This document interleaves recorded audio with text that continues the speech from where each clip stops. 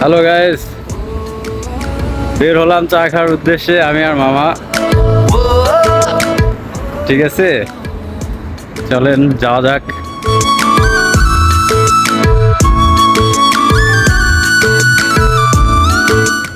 আমি আর মামা চলে এসেছি একটা ক্যান্টিনের সামনে। তো আমি বসে আছি, মামা ভিতরে গেছে চা আনতে। আমরা মালাই চা খাবো, তো মামা ভিতরে আনতে গেছে। এই দেখেন, মামা চা নিয়ে চলে এসেছে। সে সুন্দর করে ভাগ করছে সমপরিমাণ, যাতে দুইটাতে সমান হয়। এখানে এক কাপ চায়ের দাম 1 রিয়াল, মানে বাংলাদেশ টাকা 32 টাকা 50 পয়সা।